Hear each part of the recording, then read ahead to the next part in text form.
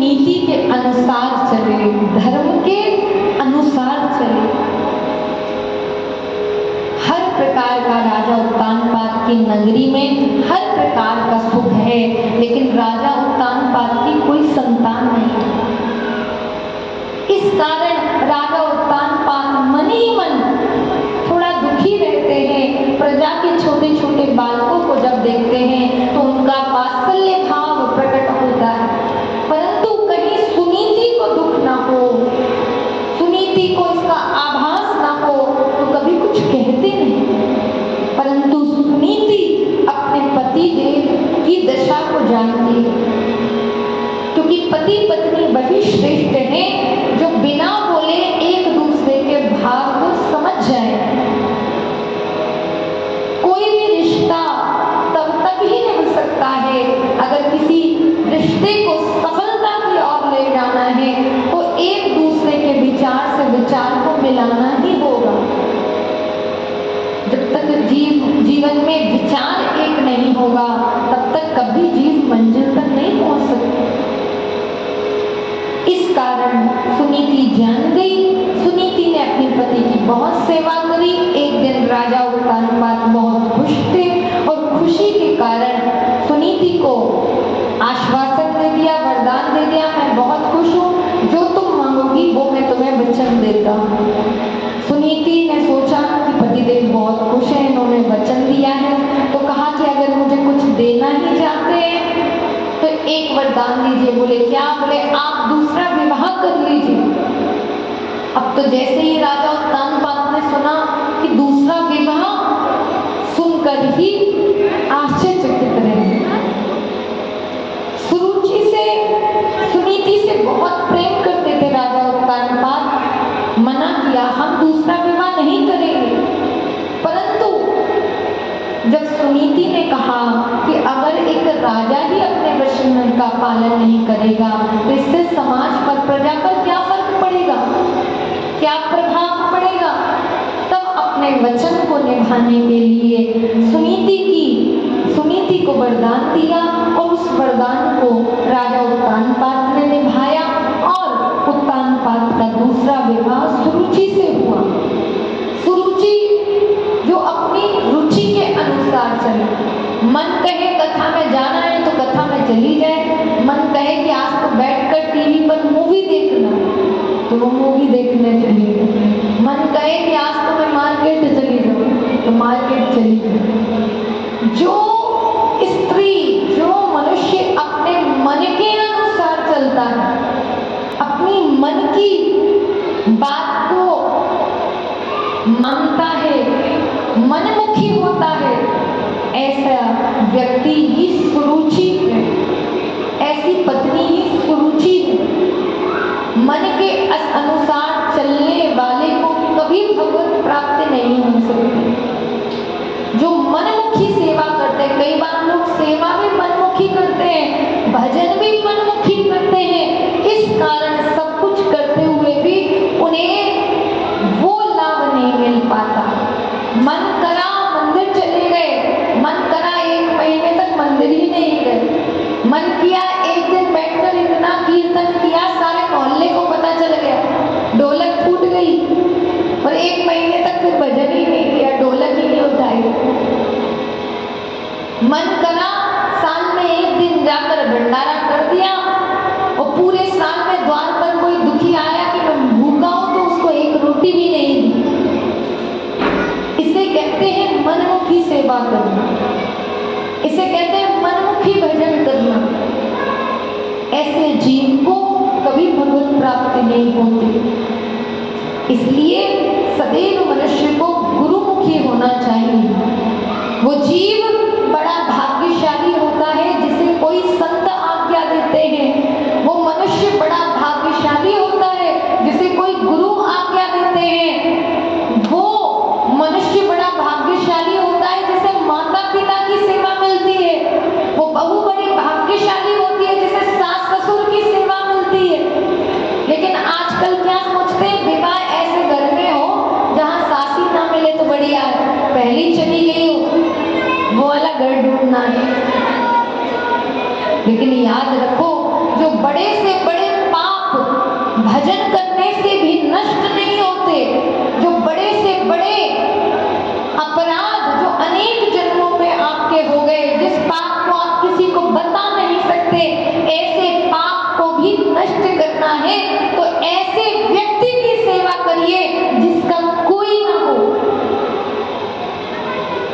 घर में कोई सास हो, कोई ससुर हो, बड़ा वृद्ध हो, उसकी सेवा है वो नहीं कर पा रहा, ऐसे व्यक्ति की करोड़ों काम छोड़कर उसकी सेवा करने से आपको भगवान की अतिशय कृपा प्राप्त होती है। जो अपराध, जो पाप गंगा यमुना सरस्वती में भी जाकर, तीर्थ में जाकर भी नष्ट नहीं होता, वो वृद्धों की सेवा करने से नष्ट हो जाता है, संतों की सेवा करने से नष्ट हो जाता है, गौ माता की सेवा करने से नष्ट हो जाता है। इसलिए घर में माता बूढ़ी हो जाए, पिता बूढ़े हो जाए तो उसे वृद्ध आश्रम मत छोड़िए। लोग क्या सोचते हैं, अब तो इनसे कुछ बनेगा, चलो अब तुम आश्रम में रहना। याद रखिए, जैसा करेंगे वैसा आपका बच्चा भी तैयार हो रहा आपको छोड़ने के लिए। माता पिता की सेवा करिए, सेवा ही आपको मेवा दे सकती है। इस कारण से दूसरा विवाह हुआ। इधर सुरुचि ने कहा कि मैं आऊंगी तो सुनीति को घर से बाहर जाना पड़ेगा। सुनीति तैयार हो गई कि अगर मेरे जाने से इन्हें सुख मिलता है तो मैं घर का त्याग कर दूंगी। सुरुचि ने घर में प्रवेश कर लिया और सुनीति चली गई। अधर्म घर के अंदर प्रवेश कर गया और धर्म घर के बाहर चला गया। लेकिन सुनीति ने घर का त्याग कर दिया, लेकिन घर के बाहर आंगन में एक टूटी फूटी सी झोपड़ी में रहकर भगवान का ध्यान करने लगी, भगवान का स्मरण करने लगी।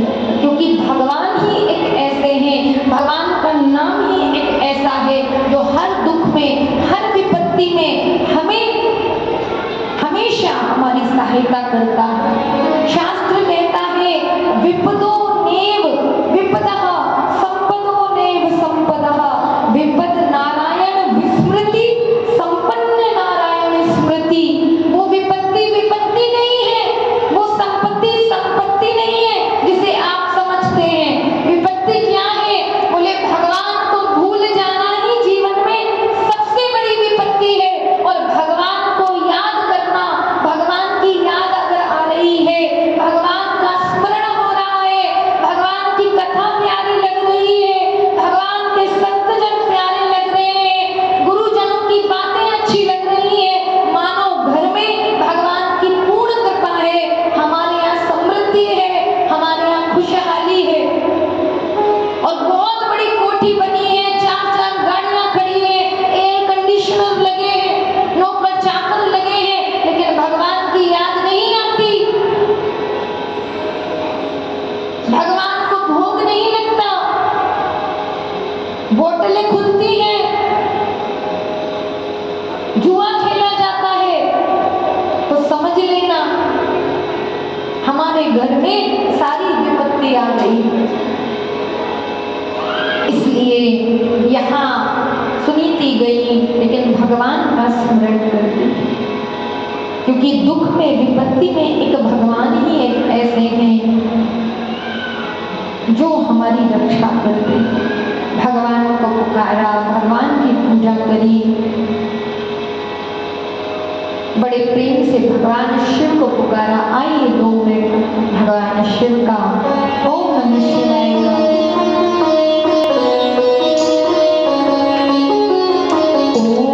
Namaः Shivaya.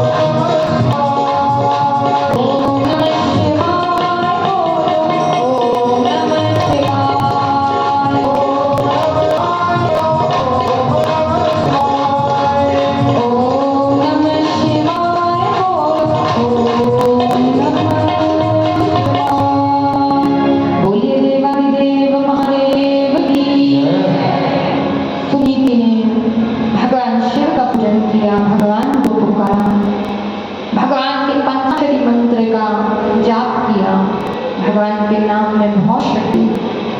भगवान शिव प्रसन्न हुए, प्रकट हुए। हे सुनीति, हम आपकी भक्ति से प्रसन्न हैं, मांगो क्या मांगती हो। कहा प्रभु, यदि आपका कुछ देने का ही स्वभाव है, आप मुझे कुछ देना ही चाहते हैं, तो मेरी एक बहन है सुरुचि, उसकी कोई संतान नहीं है, आप उसे संतान होने का वरदान दीजिए।